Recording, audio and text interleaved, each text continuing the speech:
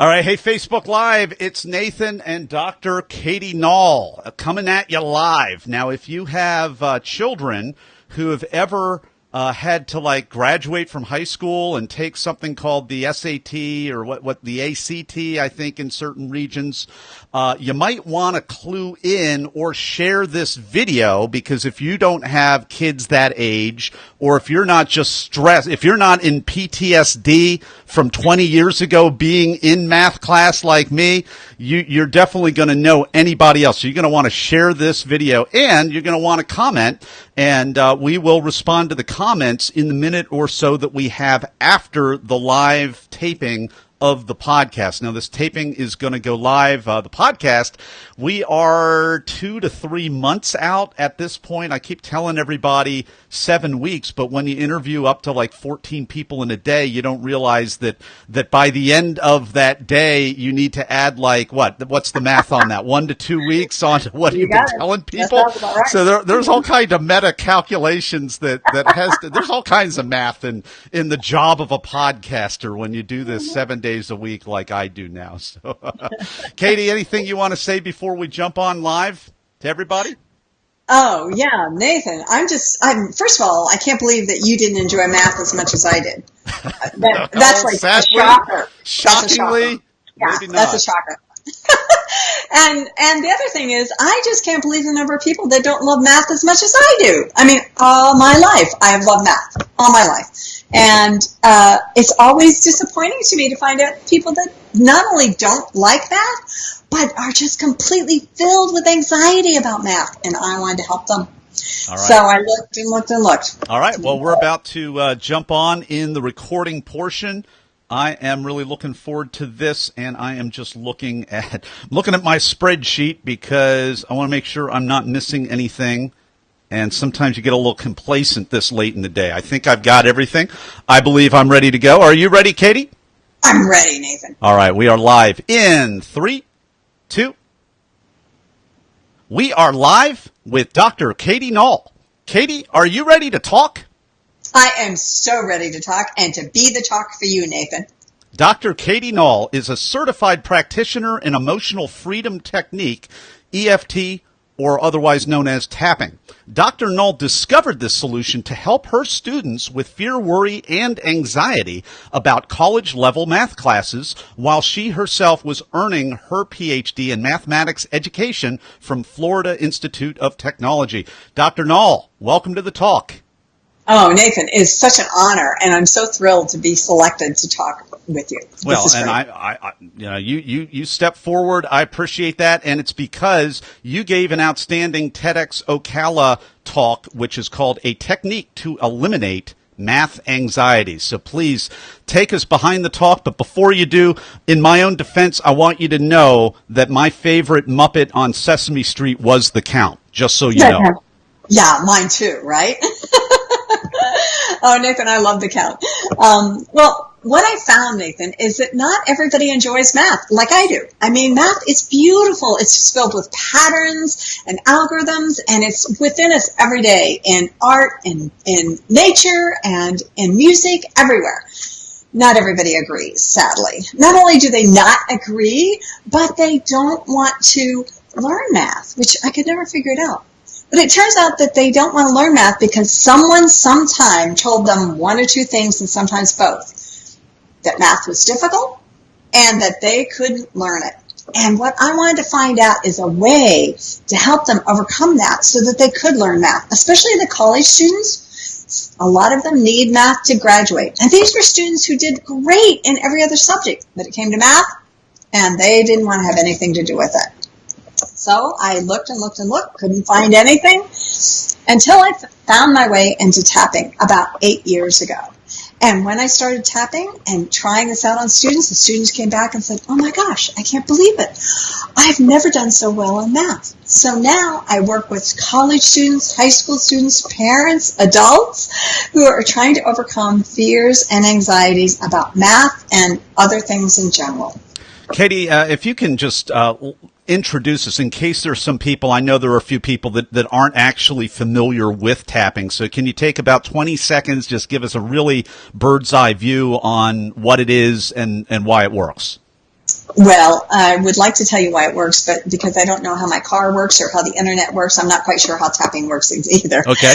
However, it is based on the traditional Chinese medicine version of meridians that are flowing through our body. And it's based on the fact that when there are blockages in our energy systems, that causes adverse reactions. So the tapping itself is a pretty easy technique.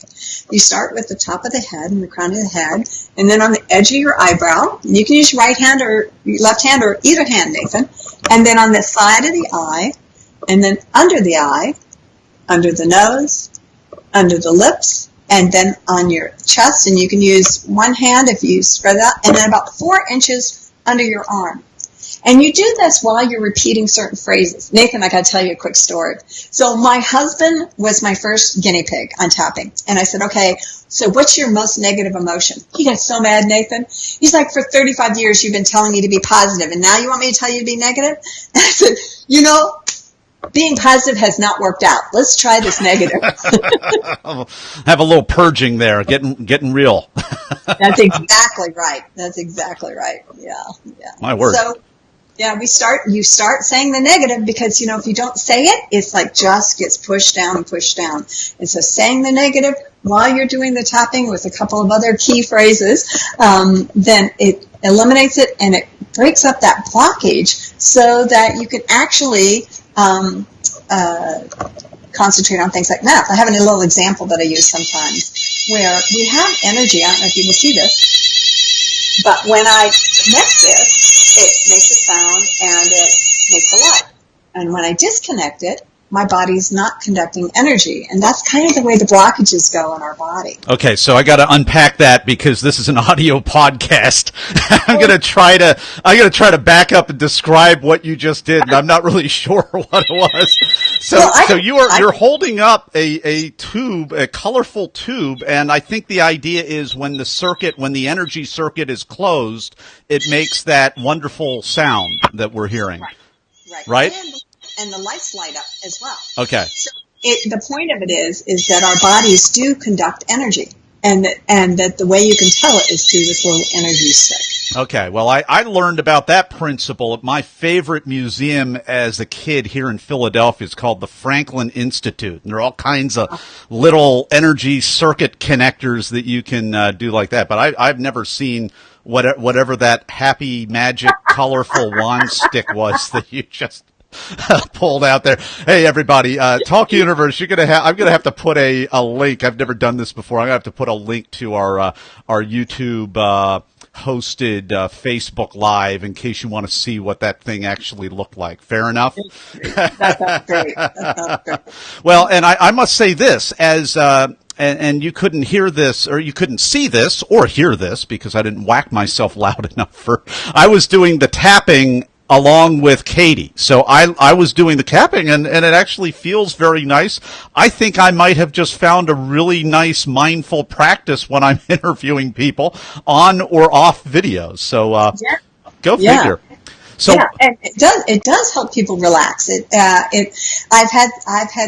Well, you'll see me driving around town when you're down in South Florida, and that person that pulls out right in front of you. Yep. Well, I've got my hand up on my head, and another hand on the steering wheel, and I'm tapping on my eyebrow and on the side of my eye all the way through, so I can kind of bring my emotions back under control, and that's the whole purpose. There you go, Talk Universe. Instead of sticking a couple of fingers in the air and not tapping anything, and certainly like a pinky finger or maybe a pointer finger is what I would be referring to there.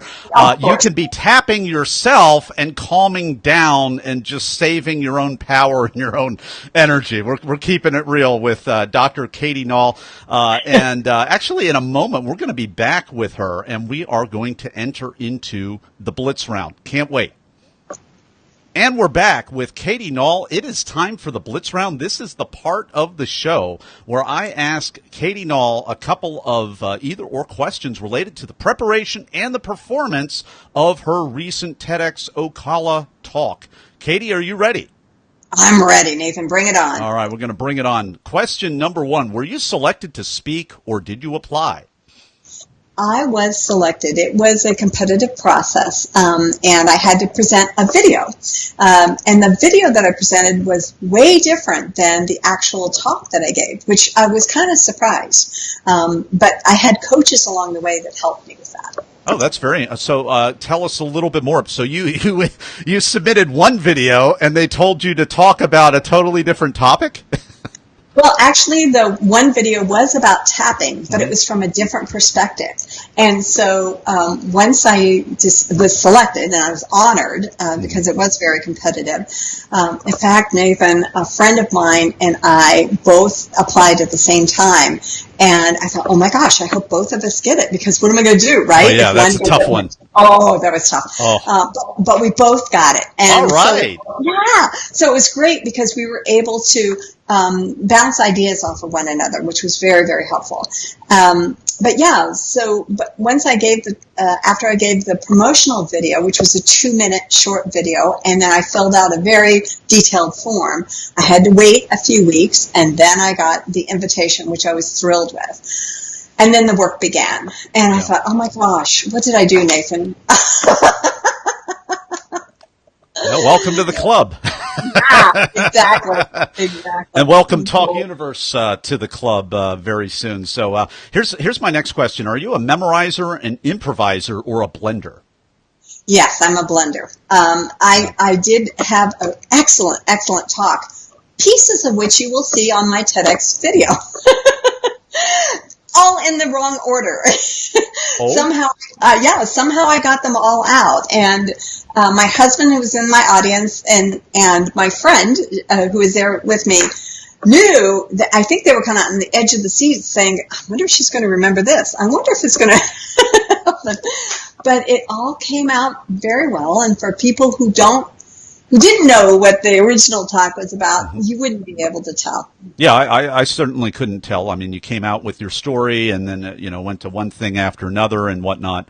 Would you prepare for your next, if there is a next branded talk for you, Katie, would you prepare for it the same way as you did, or what would you change next time, if anything? Actually, Nathan, I'm a professional speaker and a member of the National Speakers Association, so I give talks all the time. But, a TEDx talk was totally different. And I do usually get an outline of what I want to present, and I make sure I weave in my stories, I make sure I have the correct data, and I just put them in the right place. So I'd probably do about the same thing. Okay. Well, and you walked out there and it's a performance. So did you have nerves, or were you in the zone, or neither, or both? I actually didn't think I had any nerves because, of course, I've been tapping all day, right? Oh, yeah. You're gonna tap, tap, tap. This is the tapper I'm talking to. I was tapping all day long, and I didn't think I had any nerves until I got all finished. And as soon as I got off stage, the people in the front row saw the soles of my feet as I fell over, just out of complete panic and exhaustion. And of course, they're trying to get the mic off of me for the next speaker. So people are grabbing around and throwing my clothes around just to get the mic off of me. All right. We're walking this back, Talk Universe. Okay, so you did. This is a first. Okay, there are always occasional firsts. Yeah. As I think we should be probably north of 150 talks and episodes released by the time this one comes out. This is a first. Okay, this is a first. So did I hear that correct? So you went out, you've been tapping, it works. You give the entire talk, and then you turn around and walk off stage to give the next person their shot, and then the nerves kick in and they knock you over. I shouldn't be laughing. That's not nice to laugh. It was hysterical. It's not nice to laugh. No, it was hysterical, Nathan. It was absolutely hysterical. And the people in the front row could see the bottoms of my feet. So when they came around to talk to me, the first question was, "Oh my gosh, are you okay?" I'm like, "Of course I'm okay. What are you talking about?" All right, I've got to dig in some more. So, I mean, was it like did it just your knees buckle? Or Yes. Is that what happened? Okay. Yeah. My knees buckled. I fell over, and I didn't even think about the microphone, right? And so I had a little jacket on. So they're peeling the jacket off, trying to dig into my dress. Bring the jaws of life out while they were at it. To get the microphone out so that the next person could get mic'd up. And I'm like, okay, I'm fine now. Oh my gosh. Well, hey, car talk listeners. Oh, is this, I'm switching shows here. This is Be the Talk, not NPR's old car talk, but we're having a really good time at Dr. Katie's expense here. Oh my gosh. I love this because that is what you feel normally when it comes on you. You have knocky knees, but you stymied off the willies until it was over, and then it came after you like a bad case of food poisoning or something right at the, boom, right at the end. I've never heard of this before. Yeah, me neither. Oh my gosh. Yeah, as my husband says, I don't do anything the easy way, so, you know. Well, congratulations on that. I mean, the tapping works, folks. I mean, that's what I'm taking from this. When next time I have a panic attack, I'm gonna just start tapping and then get into a nice safe place after, and then stop tapping and lay down and wait for it to come and get me. Oh my word. Okay. Other than tapping, what's a tip, technique, or a tool that helped you? There's a great book called Made to Stick by Chip Heath and Dan Heath. Yeah, and they've got some fabulous principles here. So for you those want to be TEDx speakers, I would suggest you run right out and get this book. It's called Made to Stick, and you'll find it because it's an orange cover with actually duct tape on the front of it. The subtitle is Why Some Ideas Survive and Others Die. Fabulous book. Absolutely. Last question for you, Katie. This is the cut for time question. So what was the most painful part that you had to cut out of your talk? Oh, gosh. Truthfully, Nathan, I had too much stuff to cut out because I really wanted people to understand so much more about tapping. And because you only have 12 minutes, I had to abbreviate everything. And I'll tell you, one of the things that was really painful is that tapping, like so many other things, can be good, and it can also have a negative effect. And I wasn't able to add in so much about be careful about using tapping when you're trying to work with traumatic events, because you can go right back into that trauma. And that's something that a lot of people are not aware of. So it's a kind of almost like a subconscious thing when you are tapping, and that can trigger things. I'm sorry, I'm going to ask whether falling over when you're exiting an amazing TEDx talk that you completely crushed, does that qualify for you, or is that something else? That probably could be. So actually, just to be really clear about that, so what context? Give me a context in which we should be careful about that, just so that we're a little bit more aware and mindful. In terms of the tapping. Yeah. I would suggest that if people want to use tapping for small anxieties, for phobias, for, getting through traffic, tapping's fabulous. If you are going through a life-changing event, which could be a divorce, it could be preparing for a high-stakes exam like an SAT, ACT, GMAT, GRE, or if you've had a recent death of a loved one or even a pet, you might want to consider working with a certified practitioner who knows how to work you through that safely. So that you're not re-traumatized all over again. Okay, well, good to know. And I'm just going to use this opportunity to say that neither I nor Be the Talk podcast is in any way a certified practitioner, nor do we necessarily endorse or not endorse this. Please see a certified person if you're going to try this out. And this is the official legalese on that on there.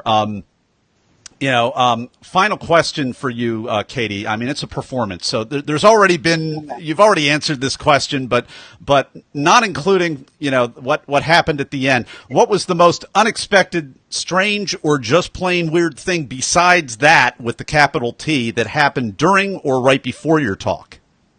Nathan, when I practiced my talk before, I always, I wanted people to actually physically experience it. And I was always in small groups of people I knew, right? Mm-hmm. I had no idea if the audience of 500 was going to pick up on this or not.